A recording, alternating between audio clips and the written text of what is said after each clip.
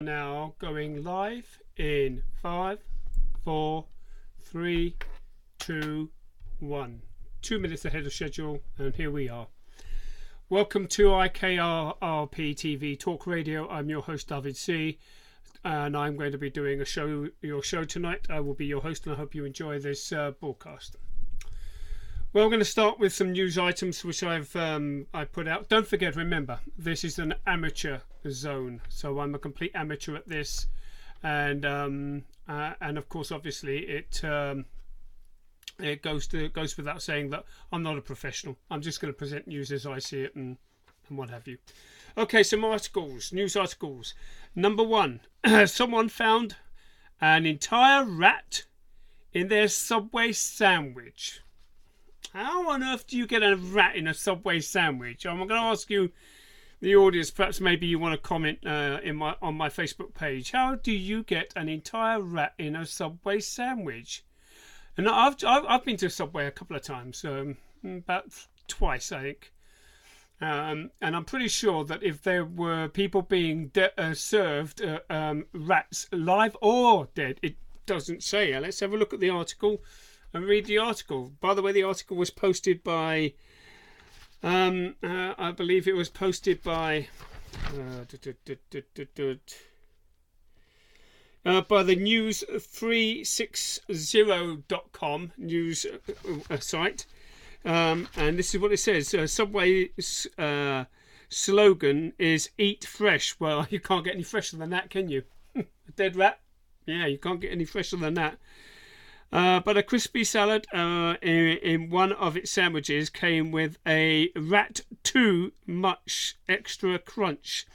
A man in Oregon opened up his Subway sandwich and discovered an entire rat in it, wrapped in tastefully prepared spinach. How on earth do you get a rat in a sandwich? How? I don't understand. But do you think that there are people who work in these kitchens? What do they do? Sort of work in these kitchens and say, I know what I'm doing. I'm bored out of my box. I'm on a low wage income, or perhaps maybe minimum wage. I need a laugh. I know what I'll do. I'll put a rat in a sandwich. But hang on.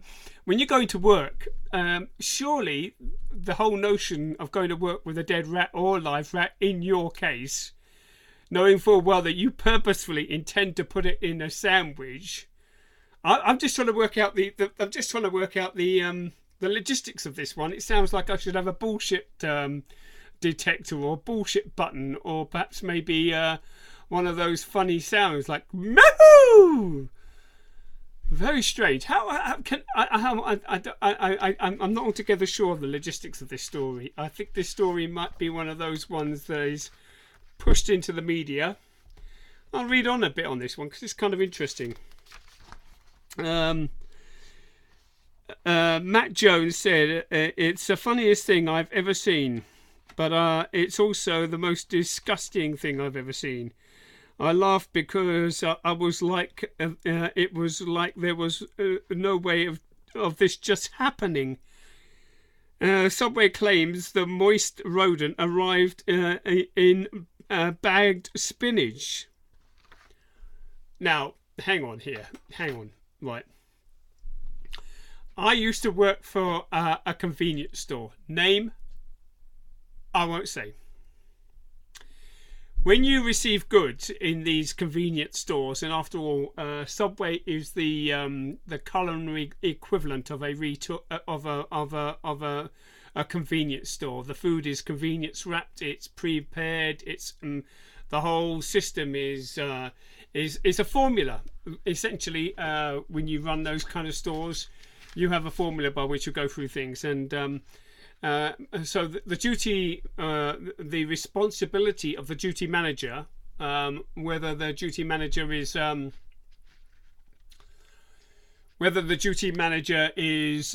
assistant manager or a managing director, non-manager of the shop, or fill-in manager of some of these retail outlets have. It is still your job to make sure that when you take delivery of whatever it is going in the back that is going to be sold out through the front, to make sure that the quality of the merchandise you're receiving in preparation for selling it to the public is up to scratch. Now, we have retail laws in the UK where I live. Trade Descriptions Act is one of them. There are a couple of others. I wonder if they have them in Oregon, or is this one of those erroneous, funny, strange stories that's put into the yeah, exactly. I find that very funny, very suspicious. Okay, now I've been hearing about this man for quite some time now, since he became the leader of the Labour Party, Jeremy Corbyn. Apparently he's doing all sorts of strange things. He's done the Labour's U-turn. I believe that's one of the Labour's greatest U-turns since Labour U-turn since Jeremy Corbyn became leader. But there's another article, and the reason why I bring this up is because there's some funny things going on in the Corbyn household. Jeremy Corbyn's wife turns down dinner with the Queen and the Chinese president. Now, I believe I've read reports, or at least seen it on the news, that Jeremy Corbyn has actually snubbed the Queen. I think he's been very reluctant to go along and be sworn in for his duties as the leader of the Labour Party. I think there's a very strange thing going on with Jeremy Corbyn. I'd like to watch this case. It seems to me that this case might have the ring of I'm not sure what the political terminology is really. Somebody who wants to be in power but doesn't want to toe the line. Somebody who perhaps maybe is trying to push for an agenda for a much more openness or greater transparency with the powers that be. I don't know, but I'm going to keep my eye on him a bit. But it's an interesting story. This might be a short report today, but it's my show. I can run it as long and as short as I wish. Anyway, there's Jeremy Corbyn. All these will be posted for you to read, and any comments you wish to make on any of these articles that I've read as just highlights. I'm just giving you my take on the news. I'm not a journalist. I'm not trained in journalism. I'm not trained in broadcasting. I'm just giving you my take. I just think that there are some things going on. I'm not altogether sure, and I'm using my show, my broadcast, essentially as a forum by which I bring out these things. But I post these articles to my Facebook and then print them out and then have a read of them. This one, it's very scant on details, very little, only a few buzzwords posted by yet again 360 News, usually fielded from other articles. 360 News, by the way, is a news app that you can get. I'm not promoting it or anything. But it's a bit like the Drudge Report. They go through a whole lot of newspapers and try to put them in some sort of order and then print them out on, or have them posted on via the app. So it's a 360 News. The article will be posted on my YouTube with the hyperlinks, and you just click on it and you can read it. Comments on what Jeremy Corbyn's doing. I have no idea. What is he doing? What is he doing? He's not. He doesn't want to, or at least he's reluctant to turn up for the Queen. He may have actually done it by now, but when he first came into power, he made a big song and dance about not doing that. Right, now another one. I think this is an interesting one. Yet again, this is a Corbyn related. It's British politics related. There seems to be something going on, and I'm wondering if this article is in direct relationship to Jeremy Corbyn not towing the establishment line. Okay, not towing the establishment line. This one was this one's been printed, and this one came courtesy of. Let's have a look at the article. This one was, I think, the Mail. No, the Mirror. This one was posted in the Mirror, but it was posted via 360 News. Heartless Tories laugh and heckle as Jeremy Corbyn raises young man's fears of affordable housing.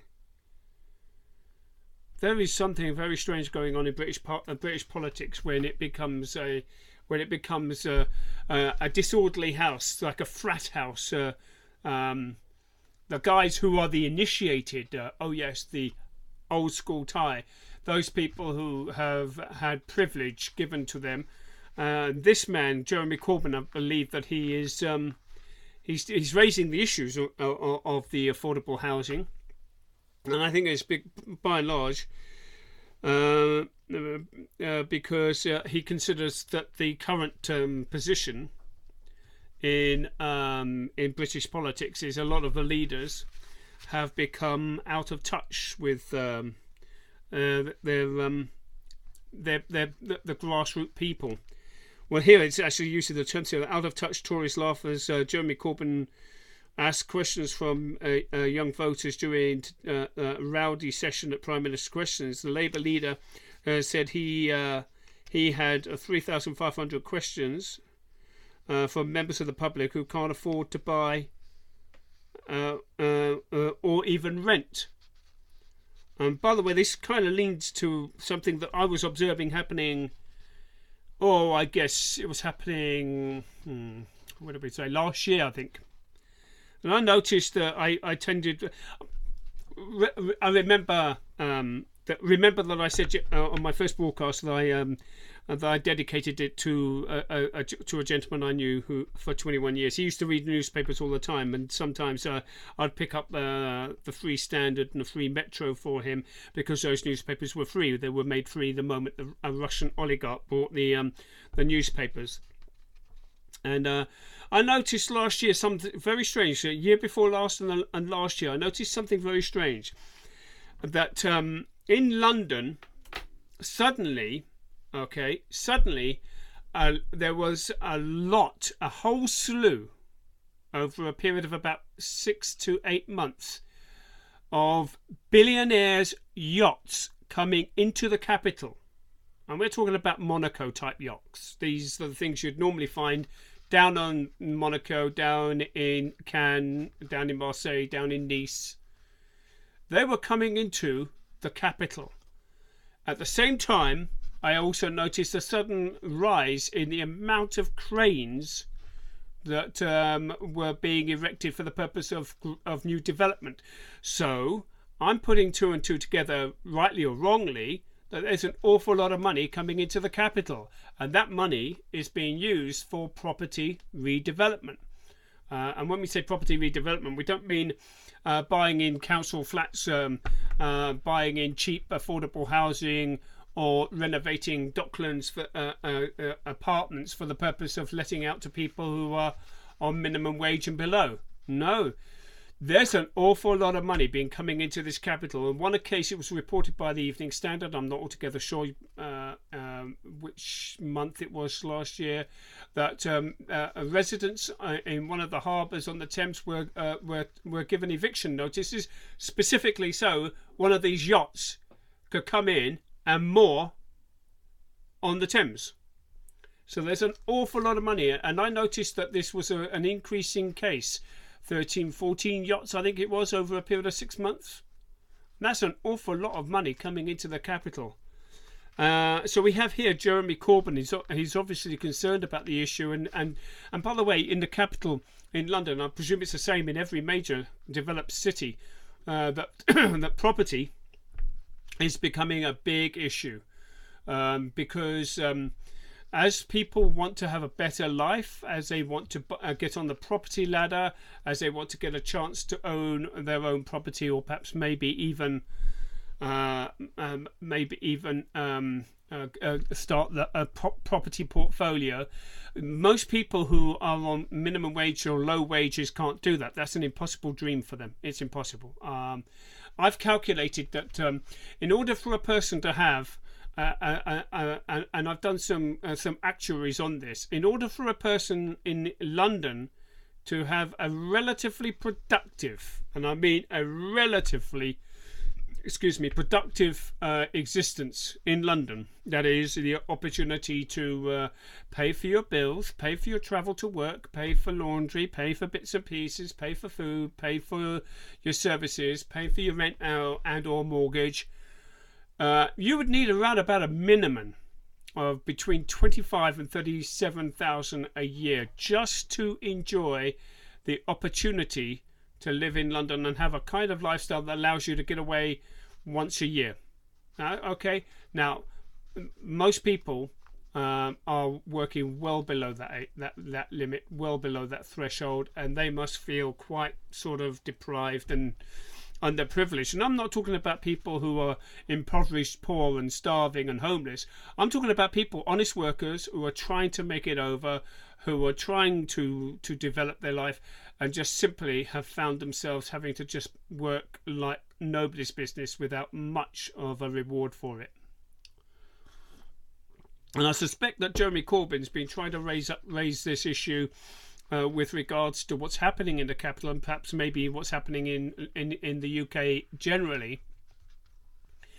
But we have to understand that the problem is compounded by the simple fact that there's quite a lot of people in power who have more than one property. And even though there's been a big stink about this, a lot of the politicians have not changed their stance from that. So this Jeremy Corbyn business is going to turn out to be quite an interesting case.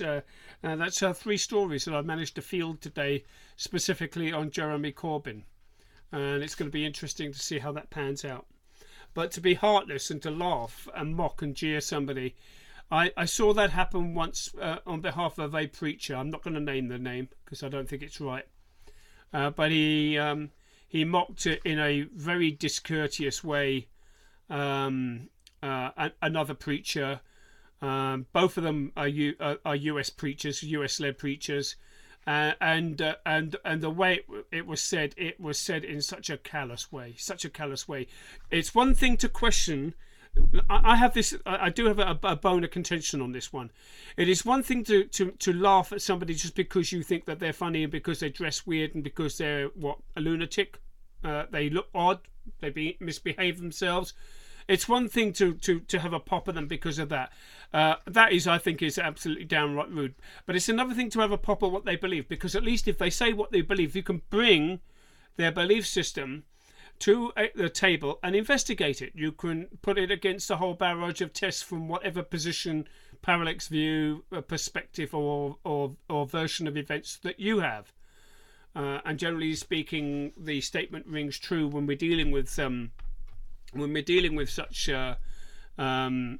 cases. You would say, well, okay, you'd have to have obviously a standard of truth by which you would measure and judge and assess that. Well, that standard is out there, by the way, and most people who are sensible enough, reasonable enough, and are willing to at least spend their time investigating what is going on will know where the truth is. Oh yes, you will know, because you would have bumped into somebody who knew about it, who would be able to prove to you that it works and to prove to you that it's valid.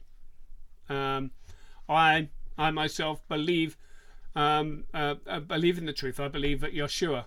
I believe in Yahweh. So that means I'm a truth believer, a truth seeker. But for people who mock people just because of the way they dress, no, that's bad. Or just because they want to make fun of him, rather than bring what he believes, his version of events, and bring it under subjection of scrutiny and in inquisitive context, to question, to test it. So I think that this is very interesting that the Tories are behaving in this way. It sounds like acting like a bunch of high school preppy types, really. Okay, next article taken from the Washington Post. This is from the Washington Post. I bring you the Washington Post. Actually, the Washington Post is not a bad newspaper, although it is like mainstream media terribly. In a final step, top Iranian council approves a nuclear deal. Tehran, Iran's senior council of Iranian clerics and lawyers on Wednesday approved implementing the landmark nuclear deal with world powers, sealing the final required steps in the process, despite hardliners' efforts to derail it. to get a nuclear piece of equipment and to claim you're using it for the purpose of domestic power, that is to put it in a factory, make it go critical, let it get so hot that it boils water, that turns the water into steam, that runs it through a turbine which generates electricity, which pumps it to the houses. That's one thing. But to claim that that's what you're doing, but in fact in reality what you're looking for, and you're seeking the objective to process spent uranium into weapons grade plutonium without the behest or scrutiny of other powers, is inherently dangerous. And to me, of course, obviously Iran would approve, because they'll take anything they can get. They'll take anything they can get, even if it's like just uranium for the purpose of powering up nuclear factories. They'll take anything they get, because as I know full well that there are certain people and certain countries and certain types and certain religions that are out there that will lie through their teeth. They'll say to you with a nice big beaming smile, yes, we'll take things from you and we'll be happy and we'll be nice and peaceful. Meanwhile, back at the ranch, as you probably well know that expression, Tonto disguised as a door. The reality is that this is a case where it could quite well easily be whittled away and secluded in some plant somewhere to be used in something that the powers that be might not be impressed with your use. And as I stipulated in my previous broadcast, that plutonium is limited in its application. It is limited in its application. It has only one real application. As a vehicle for gaining one's power and self-respect, it's got an awful lot going for it. And everybody in the political and international community knows that. Okay? They are aware that when you come into the nuclear family, as it's so called, the nuclear family, for those people who are nuclear states, suddenly you find yourself in a different family, and therefore different rules exist, and particularly different rules of engagement, different rules of relationship, different conducts, and different accords need to be written up. And the question is, can you rely on a burgeoning nuclear state like Iran to obey international convention? Well, that's an interesting one, isn't it? There is the IAEA, and of course there is the NER arrangements. There are all the necessary conventions that have been written up by international law and national law through convention. You know, some of them are enforced by the United Nations. Some of them are enforced by, well, let's be brutally honest, are enforced by other nations inflicting themselves upon lesser dominant nations with usually weapons. So that's an interesting one. So it's obviously we're looking at Iran. We're thinking, I'm thinking Iran will take whatever it can get. It will take whatever it can get, whatever little morsel that falls off the crumb, of whatever crumbs fall off the table, for its own purpose, so that it can say, yep, we'll have that and we can use that. I think that most people who are sensible and wise enough are going to keep their eye on what Iran does, and it will be very much a case of watch this space. Okay, right, the next article, I've got a couple here from the Middle East. That one is from the Middle East, but not necessarily from the same theatre right now. This one is from the Jerusalem Post. Now, I'm on my shows, I'm going to try and report news on Israel, because I think that it's not being reported enough by mainstream media. Okay? I'm here to say that mainstream media has a very strange relationship with Israel.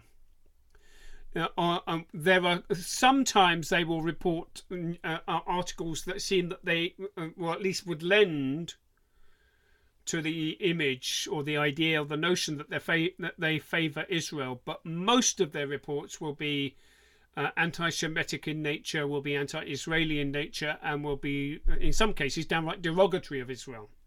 Okay.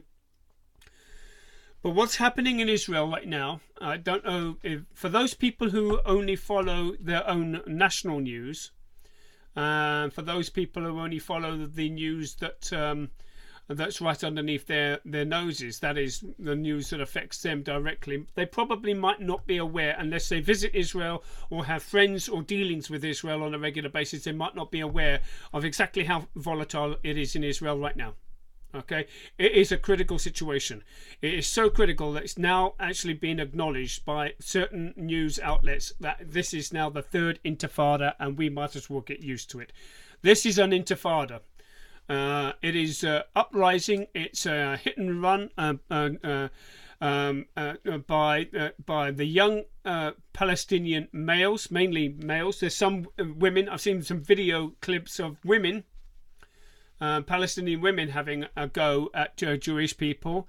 There is a particular video that's doing the rounds on Facebook, and that video shows a young Jewish yeshiva student running all the way from the top end up by, I think it might be either Damascus Gate or Herod's Gate, right the way through the old city, through the old city centre within those city walls, down to the Western Wall, and he's having to run the gauntlet where there are Palestinians lobbing rocks at the young yeshivic. Now, this is a young yeshivic student who's just wanting to get down to the Western Wall to meet up with his friends, his fellow yeshivic students, his rabbi, pick up his Tanakh, his Torah, and do a bit of reading. And he is being pounded and pounded by stones thrown by Palestinians. Now, that's just one video, and I've been watching what's happening, and right now it can get very dirty because, of course, obviously, I'm not going to say that that one side is better than the other. I'm here to say that, yes, Israel needs our support, and Israel is a nation that desperately needs our support in virtually every way we can, whether it be through prayer or whether it be through regular contact with Israelis, just to assure them that you're thinking of them. However it goes, they need our support.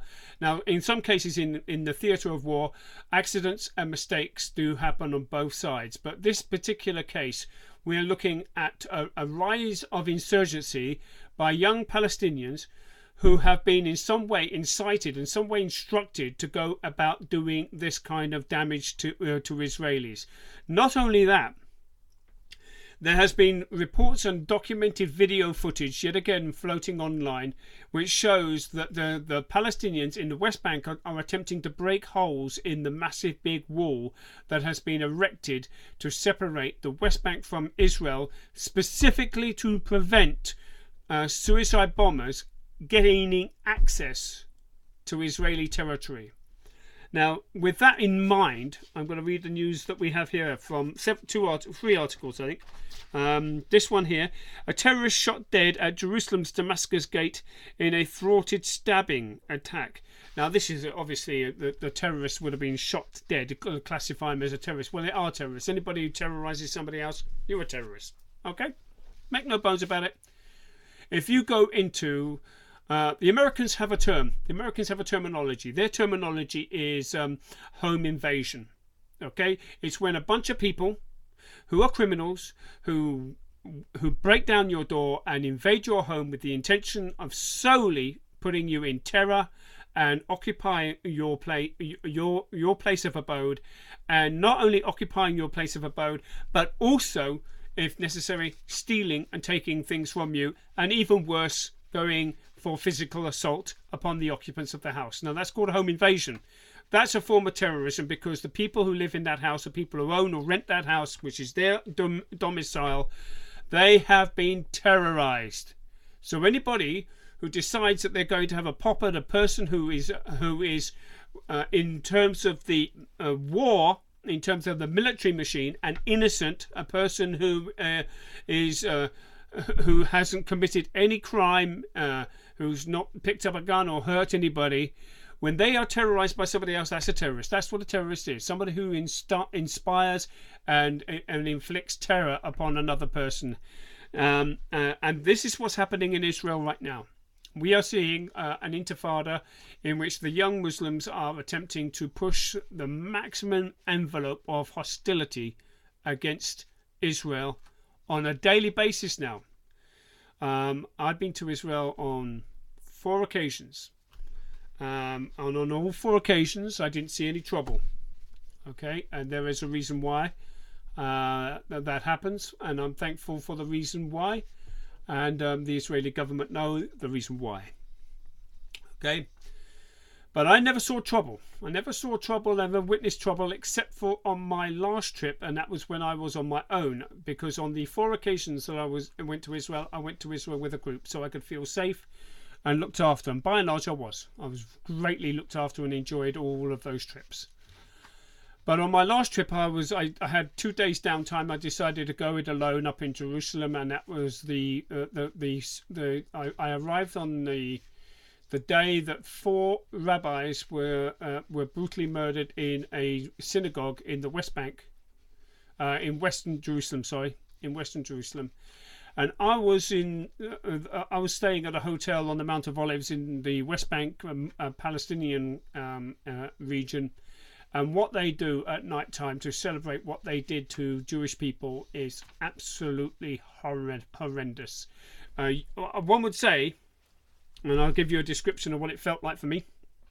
I felt like a Middle Eastern war correspondent. I think I said that in my previous broadcast, and that's exactly how I felt. So what's happening in Israel right now? This is an ongoing situation, and unfortunately. And I'll read you the news article. This is why Israel needs our support. A Palestinian terrorist was shot dead on Wednesday afternoon outside the old city Damascus gate in a failed stabbing attack, police said. According to police spokesman Mickey Rosenfeld, God bless him, he's a lovely man, by the way. Anybody want to meet him? He's a lovely man. I can see why, by the way, as a side note to this, I can see why he makes an ideal candidate for being a woman's man. He really is a lovely man. According to police spokesman Mickey Rosenfeld, approximately 4:30 p.m. border police in the area identified a suspicious-looking Arab man, 19-year-old Hebron resident Basel Thadar, wearing camouflage clothing, sitting in the East Jerusalem gate entrance. It's horrible. Do you know that if you live in a country that you think is the size of Wales, and you think, okay, you go to Tel Aviv and it looks like a tourist attraction, and you go to places like Tiberias, and Tiberias is a beautiful.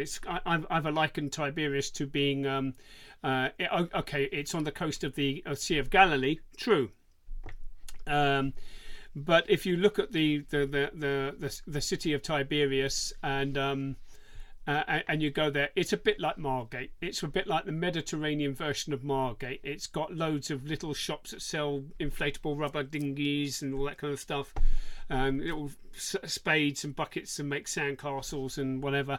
It's a bit of a Margate for the Middle East. Is Tiberias, but very wealthy, very very affluent, and extremely pretty, beautiful place.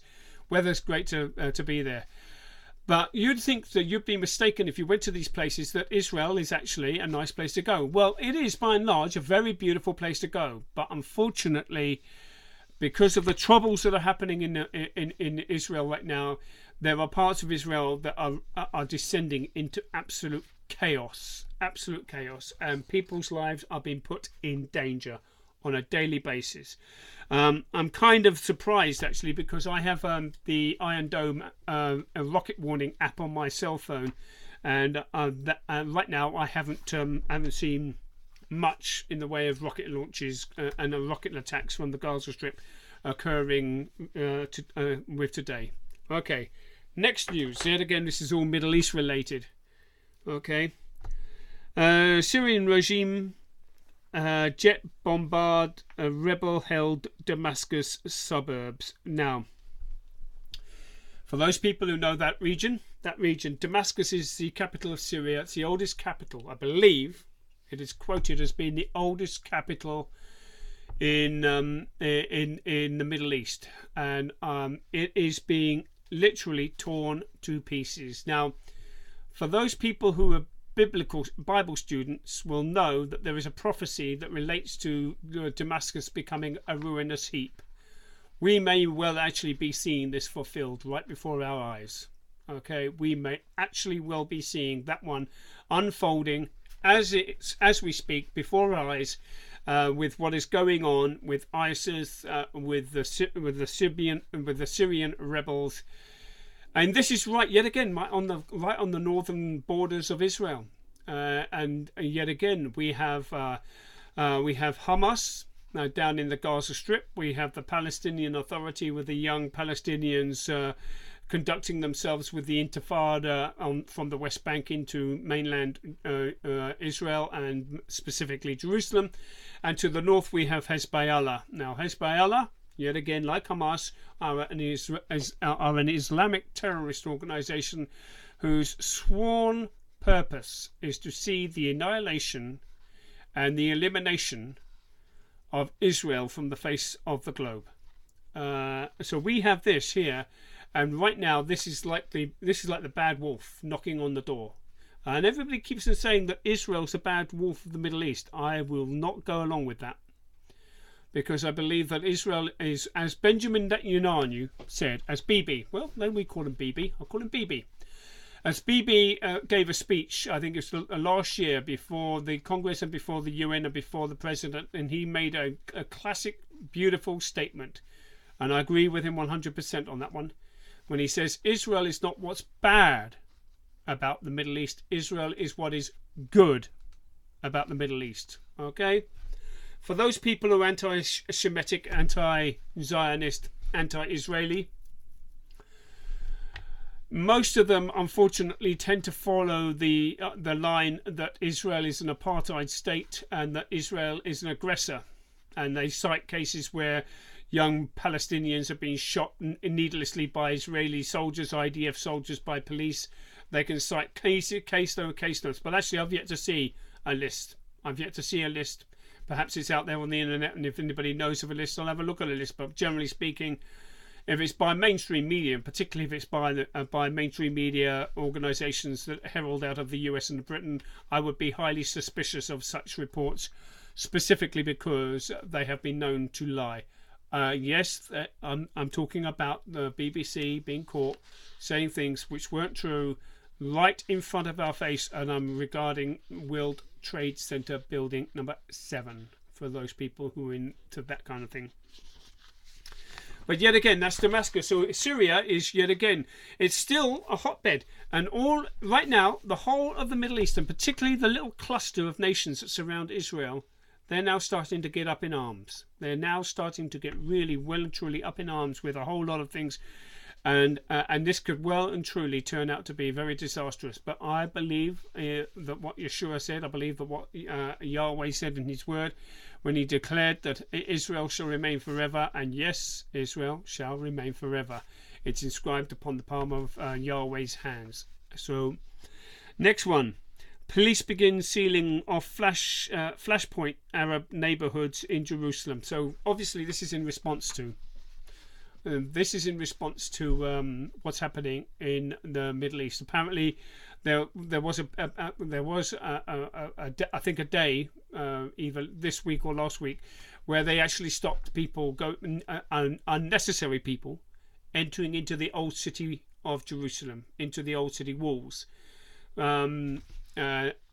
Unfortunately, people who conduct themselves with sheer hatred and terror, with the view of trying to bring down another nation. Well, unfortunately, when you do what you do, everybody has to pay the price, and it is the unfortunate reality that the Israeli police and the IDF have to work hand in hand to try to minimize the amount of hostile damage that's occurring. But you can never guarantee 100% security. There's always ways that people will think of getting and smuggling in nasty little presents for the opposition, as I call them. I don't like to use crude language on air. Not necessarily. Most people will know when I say nasty little presents, we know what they mean. So yet again, it's what's happening in Israel. I'll read a little bit more on this report because it's kind of interesting. Joel Makabar, home to three terrorists who Jebel Makabar, home to three terrorists who carried out Tuesday's attack, for the first to be sealed off. Hours after receiving approval during an emergency security cabinet meeting, police on Wednesday morning began sealing off of violent Arab neighborhoods in East Jerusalem in an effort to quell the ongoing wave of terrorist attacks. Ongoing waves, you can have no idea. For those people who lived in Britain during the time of the Blitz, they will know this. Those people who lived in England during World War II, those people who lived in Europe during World War II, you'll know about it. For people who are 2 generations, or maybe a generation younger than me, who have never experienced what it's like, who live in countries like England or Europe, who live in relatively decent and safe neighbourhoods, you won't know what it's like to go to another country that essentially looks like the Mediterranean, but is actually a militarised zone. It is. It's a heavily militarised zone, and you'd recognise it when you go there. Okay, next one. This is another one. Yes, again, Damascus. Everything is happening in the Middle East, and we've got to really watch out what's going on.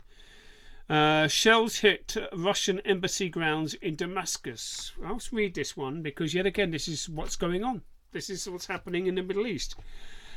Shells hit the territory of Russia's embassy in Syria and strike a nearby protest, leaving several injured.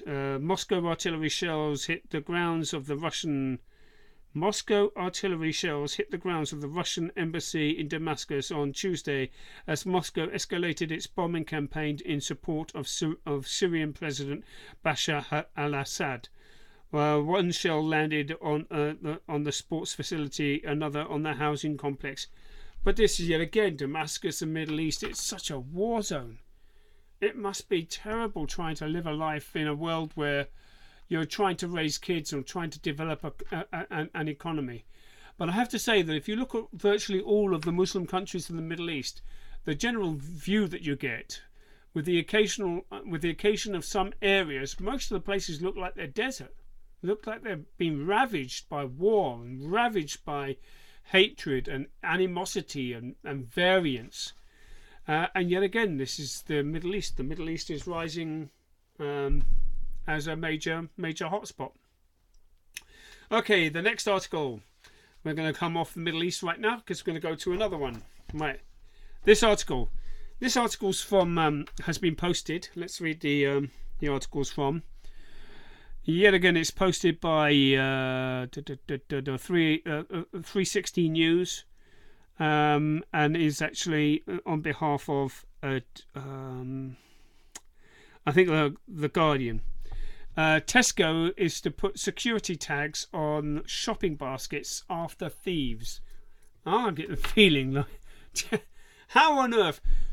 I'm going to lighten the load now. I'm going to lighten the load with this one. This is one of those stories where you kind of like, yet again, like the first story about the rat in the sandwich. This is one of those stories you kind of think, how many times have we gone for a walk in our local park and we have seen, in the most difficult place to get hold of, in the most out of the way place, and sometimes in the most impossible place, a supermarket trolley?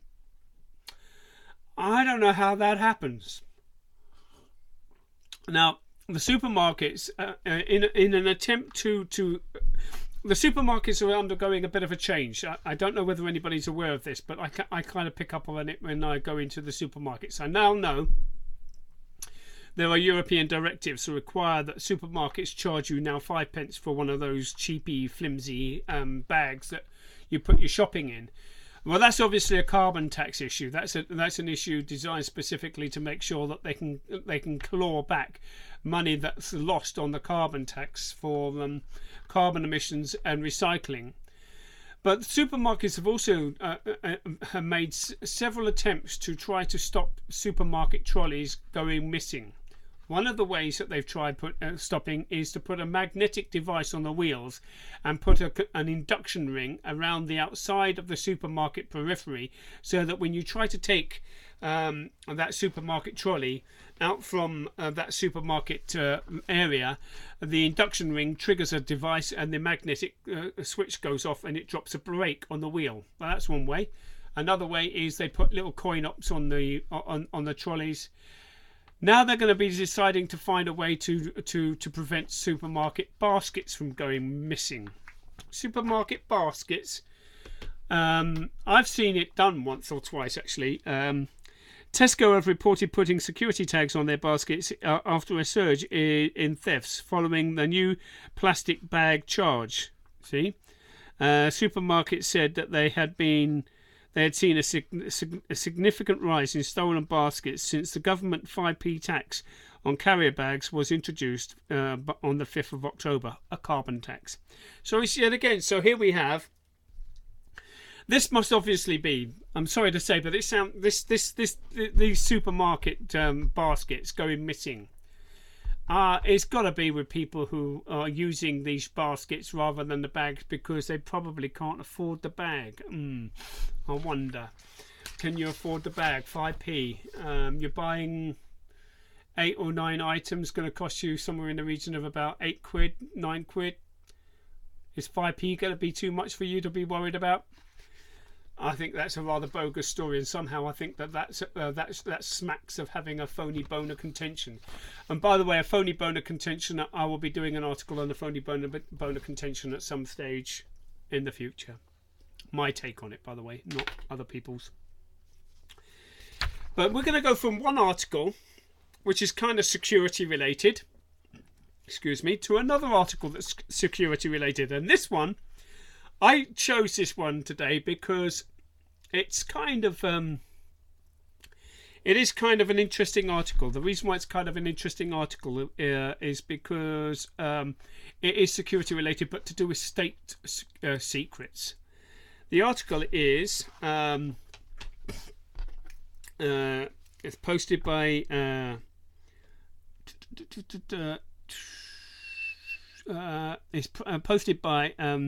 I think the Guardian. Yeah, the Guardian. Today, GCHQ can monitor communications of MPs and peers, rules a tribunal. Did you hear that silence? Did you hear that silence? That silence, right? I gave that silence just for not quite a pregnant pause, but a silence nonetheless. And the reason why is because I'm kind of tickled pink that, hang on, the peers and MPs, they're the people who are supposed to be in power, and they're supposed to be the people who are telling their boffins in their security companies to eavesdrop on us. Now they are going to be eavesdropped on as well. So really, now that asks an interesting question. Who is watching the watchers? Well, let's have a little dance on this one. Who is watching the watchers? Watching the watchers? Watching the watchers? Watching the watchers? Do you get the picture? You get the picture? There's something going on here. I think it's very interesting that we have a case where the top spy chiefs have now been ruled by a tribunal in favour of eavesdropping on even the powerful people. I think maybe everybody's going to start thinking, well, are they going to be selective with this process? Or is it going to be a blanket search? Are they going to use? Are they going to drop in their little bots on everybody? I wonder.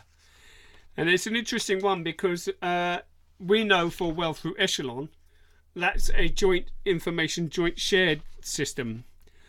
A surprise decision by the Investigatory Powers Tribunal, however, has ruled that the doctrine is not enforceable in English law, arguing that it has nothing more than a political statement in the political context, encompassing the ambiguity that is sometimes to be found in political statements. Do you know what that smacks like?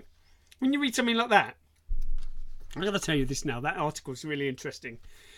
When I read something like that, now, normally I'm an autistic person, so I like to see things in relative sort of simplicity. The idea that it's got to be fit to a framework, easily understood, and easily applied.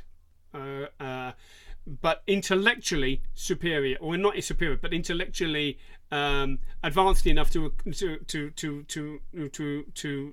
conceptualize different ideas and rationalize them out in various different ways, but in a simplistic application.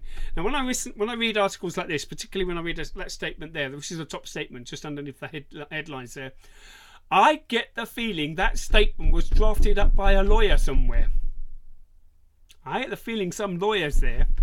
I think this tribunal might have written up this article and posted it out on the press. By the way, all these articles will be posted on the YouTube saved edition of this broadcast, so you'll be able to go there and read it yourself. It feels to me too much like there's a lot of lawyers getting together, thinking of ways to frighten everybody else and scare the living daylights out of everybody by saying we can definitely put a bot anywhere we want to find out what you're doing. Yes, I wish I had another button for that one. Beep boop. Thank you. They're very naughty, these people, and they try to get away with as much as they can. Okay, next article. This comes in from the News Republic yet again.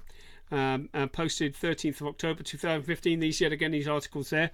I'm the new Jesus. Katie Hopkins tells church conference. Katie Hopkins says she has no regrets about describing refugees as cockroaches, adding that she is disgusted at the way the EU has reacted to this crisis. Former Sun columnist and reality TV star appears unrepentant about her provocative views, saying they are merely those held by people with no voice. Harriet Sharwood, religion correspondent, controversial commentator Katie Hopkins has told the church conference that she is the new Jesus, giving voice. You know, I got to tell you that it's one thing to try to stand up for the impoverished. Okay, it's one thing to stand up against injustice where you find injustice, but it's another thing to take a title that doesn't belong to you because the context is entirely wrong. But what it does say to me is that this is just one small little step towards that little lie that was told way back for those people who believe in God's word back in the Garden of Eden, and you shall be as gods, knowing good and evil. And this is yet again another little small step where somebody is claiming some sort of closeness to God that excludes and precludes other people. And to say the statement, she believes that the refugees as cockroaches. I would never say a refugee is a cockroach. I would say that they are inherently dangerous and to be watched, and that they could be posing a trouble to whichever country they're in.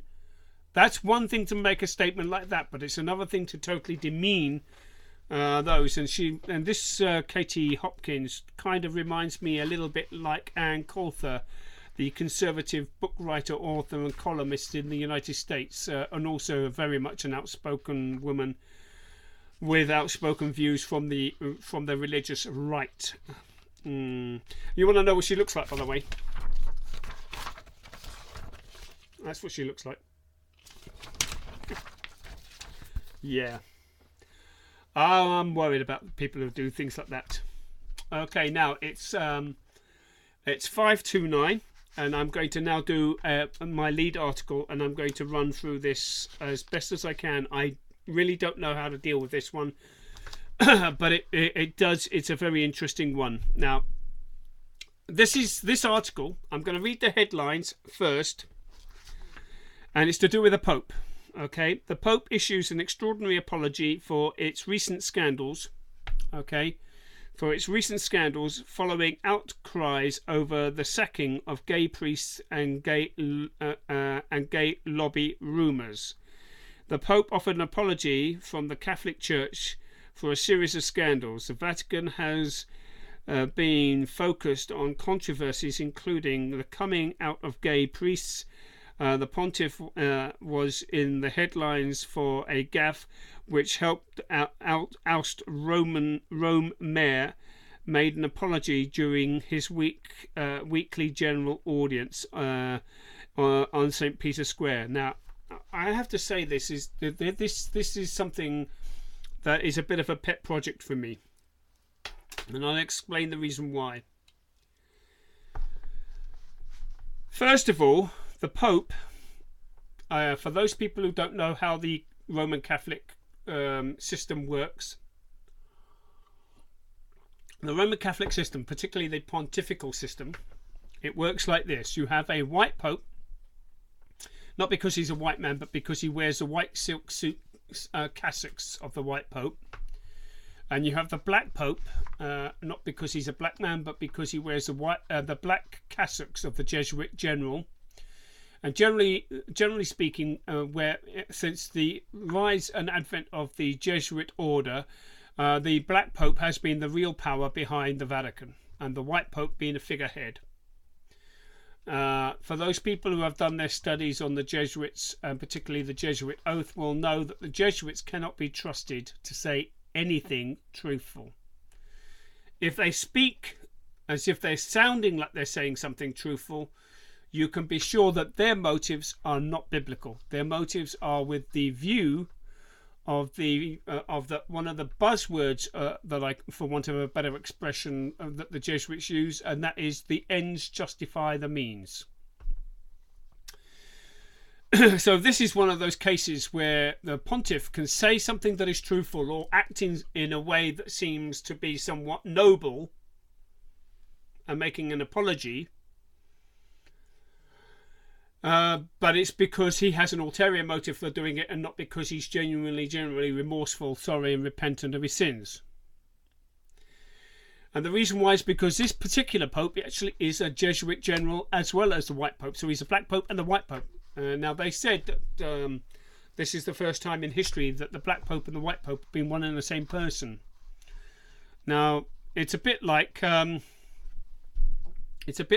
somebody who's a conservative and a Labour leader at the same time. Not quite sure what side of the fence you're going to be sitting.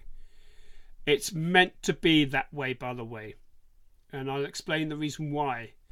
The reason why it's meant to be that way is precisely because of the Jesuit oath, because of what they have sworn to do. Now, I'm not going to read the Jesuit oath online. I'm not going to read it on air. But my recommendation is for those people who want to understand and want to see what it's all about, go and check out the Jesuit oath, and it actually has been given a U.S. Library of Congress catalog card number, which means it's an officially recognized document. Okay?